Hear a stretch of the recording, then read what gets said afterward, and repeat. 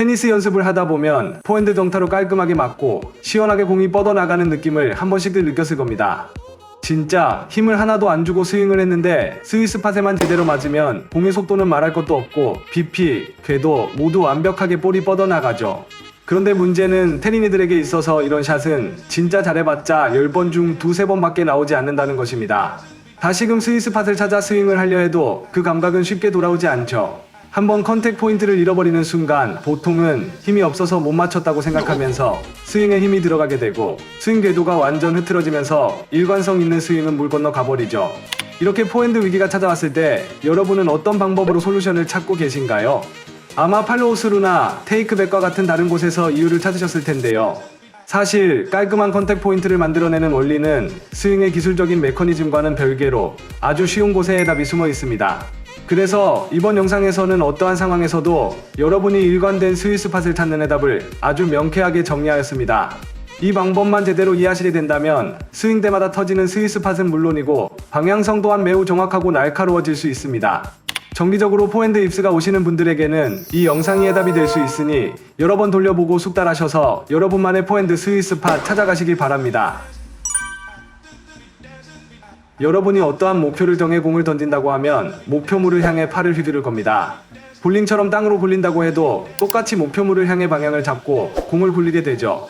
이 방법이 공을 목표로 보내기 위해 우리가 따로 생각하지 않아도 만들어내는 당연한 움직임입니다. 하지만 라켓을 잡고 하는 테니스에서는 전혀 다른 원리가 작용하는데요.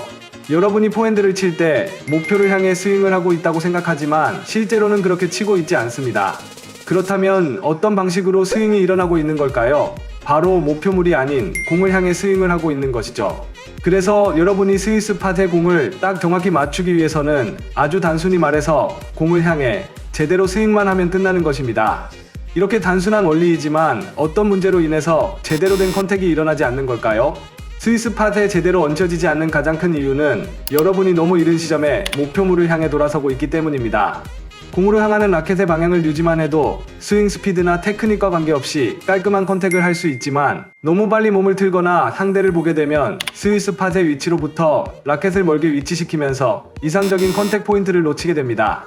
그래서 공은 어찌됐든 넘기긴 했지만 라켓 끝쪽이나 안쪽 깊은 곳에 틱틱 맞으면서 힘이 없거나 느린 공을 치게 되죠.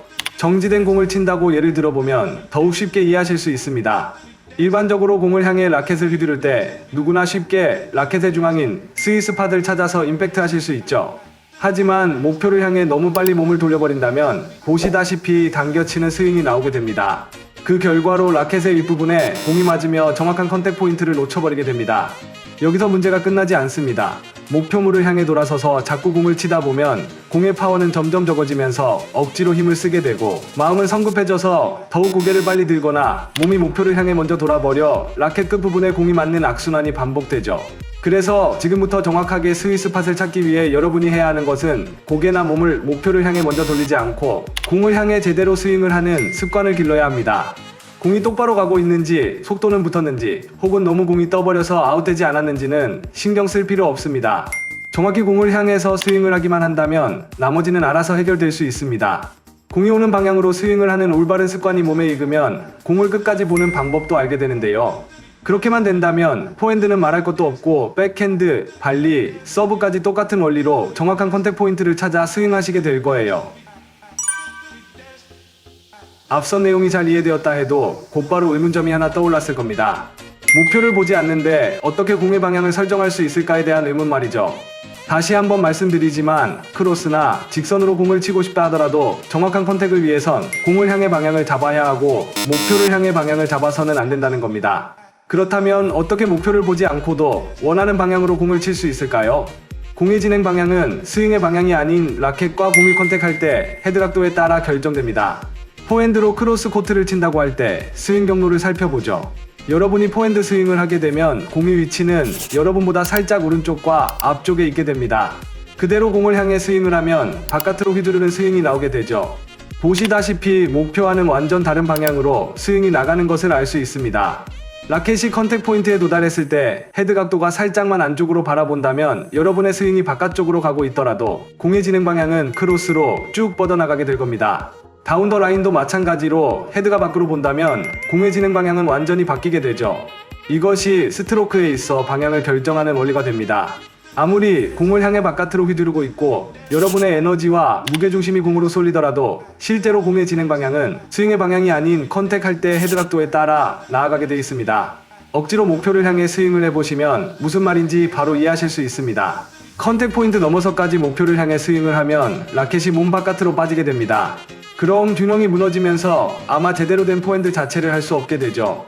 앞으로 스윙을 하는 동안 조금 더 집중해서 공을 향해 라켓을 휘두르고 바디와 고개를 공의 방향으로 유지하며 스윙을 해보시 바랍니다.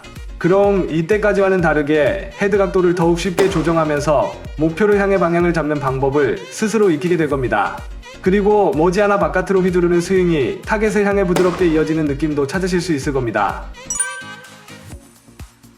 정확한 컨택 포인트를 찾는 것과 원하는 방향으로 조절하는 것에 익숙해졌다면 마지막 한 가지 단계를 추가해야 합니다. 바로 공이 오는 방향으로 움직이는 것입니다. 이해하기 쉽도록 정지된 공으로 예시를 들었지만 실제 경기나 연습 중에는 공이 살아서 움직이기 때문에 공의 방향에 맞춰 움직이는 것 또한 반드시 필요합니다. 스트로크를 하는 동안 결국 상체 회전은 하겠지만 조금 과장해서라도 끝까지 타겟을 보지 않고 공이 오는 방향으로 움직이며 스윙을 하도록 노력해야 합니다. 왼쪽으로 보낸다고 해서 고개를 들어 왼편을 보고 돌아서 있는 것이 아니라 공을 향해 무게 이동을 시킨 뒤 정확한 임팩트로 왼편으로 보낸다는 것을 직접 느껴야 하죠. 이러한 움직임을 가져가는 목적 자체가 목표를 향해 돌아서지 않는 것이라는 걸 계속해서 주의하다 보면 공을 향해 움직이는 구간은 점점 줄어들지만 스윗 스팟에 맞는 확률이 올라가는 아주 효율적인 스트로크가 나오게 됩니다. 자세는 평소와 같아 보이지만 목표를 향해 먼저 회전을 했을 때보다 파워도 훨씬 강하고 깨끗한 타구감으로 스윙을 할 수 있게 되죠. 이 방법은 그라운드 스트로크뿐만 아니라 백핸드 슬라이스에서도 적용 가능합니다. 슬라이스를 치다 보면 면에 너무 얇게 맞으면서 공이 부엉 뜨는 경우가 많으실 텐데요. 그 이유 역시 목표를 향해 너무 일찍 돌아섰기 때문에 슬라이스 컨택 포인트를 제대로 맞추지 못하여 그렇습니다. 백핸드로 슬라이스를 칠 때는 몸이 더욱 닫혀 있어 횡이동이 훨씬 많이 나오게 되는데요. 그래서 타겟을 향해 전방으로 움직임을 가져가기보단 오른쪽 왼쪽으로 공을 향해 움직이도록 해야 합니다. 발리에서도 마찬가지입니다. 공을 보내고자 하는 방향으로 움직이는 것이 아닌 공이 오는 방향으로 쫓아가면 훨씬 정확한 임팩트와 함께 더욱 쉽게 방향 조절을 할 수 있죠. 서브에서는 어떨까요? 이전에 올린 영상에서도 자세히 설명드렸지만 목표를 향해 너무 일찍 돌아서게 되면 과도한 어깨 개입으로 프라이팬 서브가 나온다는 것을 이미 잘 알고 계실 겁니다. 토스를 한 공은 여러분의 오른편 그리고 머리 위에 있기 때문에 여러분의 서브 스윙은 오른쪽과 상향 스윙으로만 정확한 서브 컨택을 할 수 있습니다. 각도 또한 컨택 당시의 헤드 방향으로 결정되는 것이니 사이드로 공을 뺀다고 하더라도 여러분의 움직임은 여전히 공을 향해 움직이고 상향 스윙으로 정확한 서브를 할 수 있죠. 그래서 이제는 목표로 너무 일찍 돌아서지 말고 공을 향해 꾸준히 움직임을 가져가 보시길 바랍니다. 레슨을 하면서 한 번쯤 공을 끝까지 보라고 야단 맞은 적이 있으시죠? 코치님들이 그냥 하는 말이 아니라 여러분의 정확한 컨택 포인트를 위한 소중한 지적이니 가볍게 흘려듣지 마시고 꼭 집중해서 공을 끝까지 보고 공을 향해 움직이는 습관을 길러보시기 바랍니다.